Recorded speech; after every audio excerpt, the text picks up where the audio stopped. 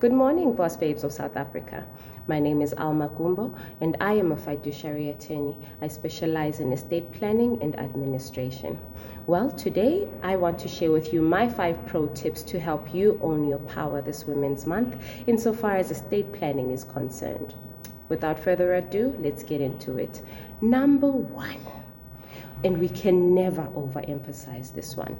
Make sure you have a valid will in place.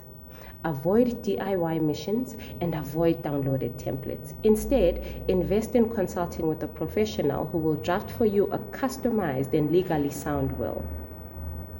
Number 2. As a hardworking and goal-oriented woman, it is very important for you to consider making use of a trust as a vehicle to protect, to grow, and to preserve your assets in the long run. And also, if you have minor children who are dependents, if you have people with special needs who are your dependents, or your parents are also depending on you, a trust is a great vehicle to make sure that their interests are well catered for. So consult with a professional to see how best the trust can help you realize your goals. Number 3. Ensure sufficient liquidity in your estate, my honey. We cannot overemphasize this. Just as a quick fact, most deceased estates that we administer are not necessarily insolvent in the sense that the liabilities exceed the assets. No. The problem is that the assets are there.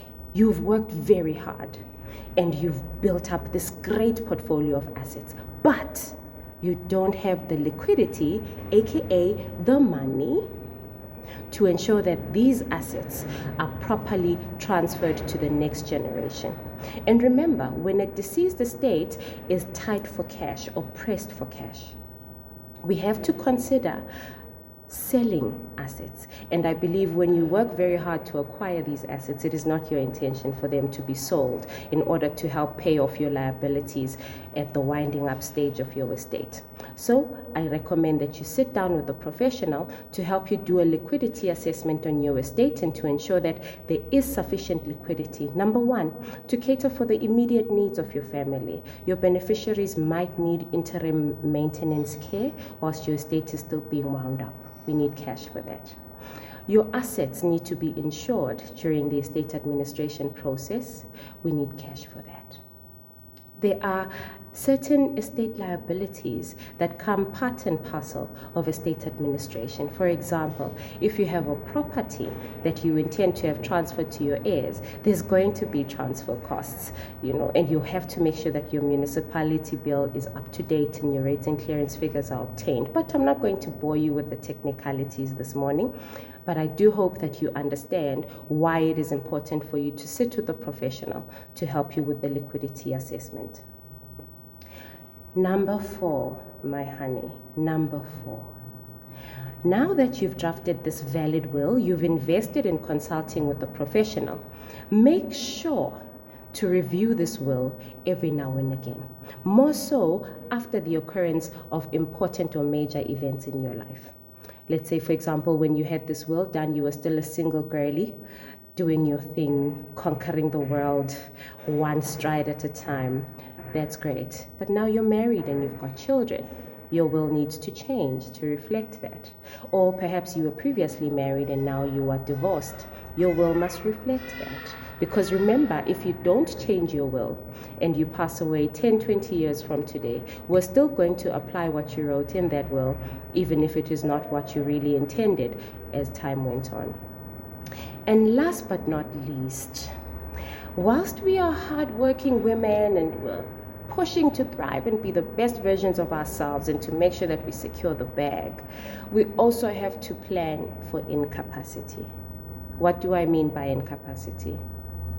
Permanent illness. You might find yourself in a prolonged comatose state, or you might find yourself suffering, for example, from an illness such as Alzheimer's or dementia, which would then limit or take away your legal capacity, meaning that you're no longer able to make decisions about your person, about your finances, about your quality of life and the likes. And that is why we recommend that you invest in a living will, What is a living will? Well, a living will is a precursor to your last will and testament.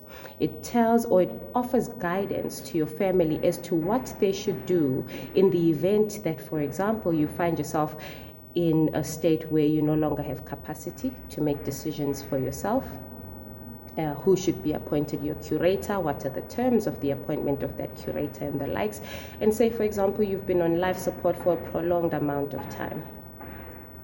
Help your family by ensuring that you give them guidance on what to do here to avoid family conflicts. Do you give them, is it your wish for them to switch off the life support if the doctors realize that your prospects of recovery are very slim? Well, I will leave it here for today. I don't want to get too technical.